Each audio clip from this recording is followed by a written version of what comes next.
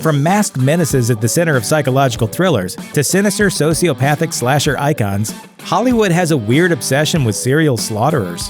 Filmmakers just love trying their hand at sculpting the next household name in horror.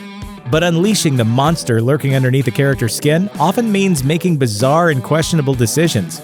And not just tapping Vince Vaughn for the Psycho remake. Let's take a look at some of the creepiest things that went down on the sets of serial killer movies. The Texas Chainsaw Massacre. 1974's The Texas Chainsaw Massacre changed the face of both horror and independent film. Its pseudo-documentarian narration, over-the-top brutality, and completely fabricated based on a true story claim cemented its place in the pantheon of great horror cinema.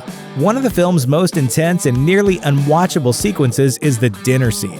What makes it so brutal? Well, during filming, even the actors themselves were beginning to lose touch with reality. Bad news for a movie with a dude swinging around a real-life chainsaw. The scene took over a day to shoot, the set was unbearably hot, and the actors had to take Dramamine breaks to get over the smell of rancid meat. Leatherface even accidentally sliced actress Marilyn Burns' finger open on camera after a prop busted. We say Leatherface rather than actor Gunnar Hansen because at this point, the 6'4" man beneath the mask thought he was actually there to take out Burns. Yup, the screams, the deranged laughter, and the terror of that scene were as close to real as it gets. While it might have led to some truly unforgettable cinema, we're pretty sure that the cast and crew just wanted to have a few cold ones and forget that day ever happened. Zodiac. David Fincher is a notoriously difficult director to work with. While filming 2007's critically acclaimed Zodiac, he pushed his actors to new extremes, averaging a mind-boggling 70 takes per scene. With all that footage to work with, he then got sadistic delight out of torturing actors like Jake Gyllenhaal by deleting hours of said takes right in front of him, just to see if he could make him cry over it. But Gyllenhaal wasn't the only subject of Fincher's torment. The director himself reported that Robert Downey Jr. reached such extreme levels of passive aggressiveness that he left jars of his own urine around the set in protest. We're, not quite sure about the cause-effect logic of that reaction, but one thing's for sure. We don't want to tick off Robert Downey Jr. enough to find out. Gross, man. Halloween. One of the quintessential slasher films, 1978's Halloween is unique in that the villain is basically a blank slate. He's not supernatural, he never says a word, and his backstory doesn't reveal much of anything as far as motivation. He's just an extremely broken person in a bleached-out William Shatner mask getting a stab on. It's part of the horror. You can't reason with him or outthink him. You just have to keep running. Meanwhile, he lumbers just behind with his distinctive gait. That gait of his arrived purely by chance. Nick Castle was a friend of director John Carpenter and found himself just sort of hanging around on set watching his friend work.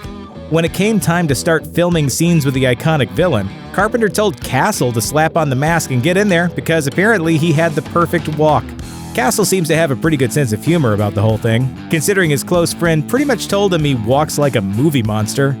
American Psycho. Examining it in context, American Psycho is a very strange product of a very strange time. Based on Bret Easton Ellis's novel of the same name, and filmed by feminist director Mary Herron, it pulled genuine humor out of the macabre social commentary of its source material while retaining a tasteful amount of gore. But Christian Bale's incredible performance as the charmingly dead-eyed Patrick Bateman is what really sealed the deal. A decent portion of the film sees Bateman hiring bored prostitutes, who begrudgingly render their services before meeting untimely ends.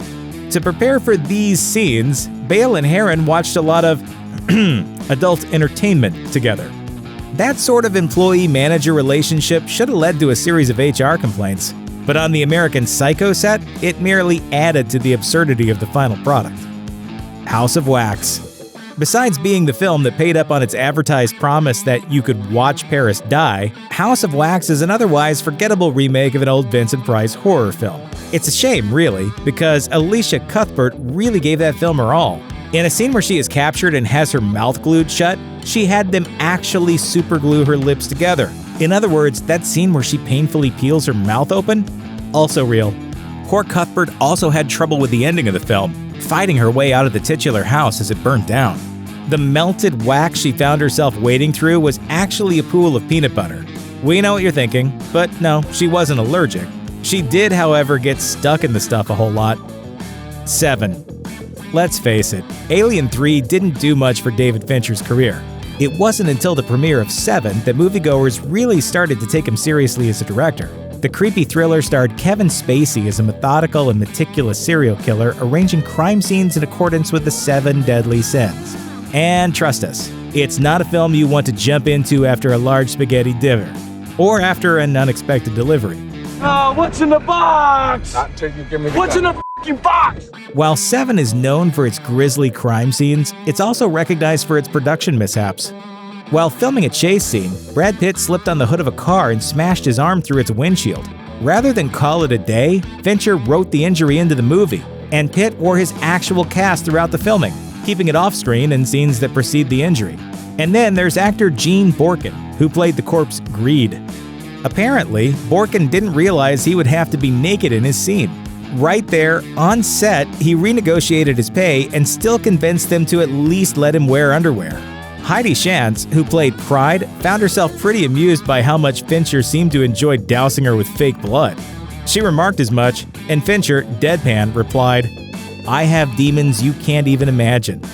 Damn, Fincher, you're kinda creepy. Thanks for watching. Click the grunge icon to subscribe to our YouTube channel. Plus, check out all this cool stuff we know you'll love too.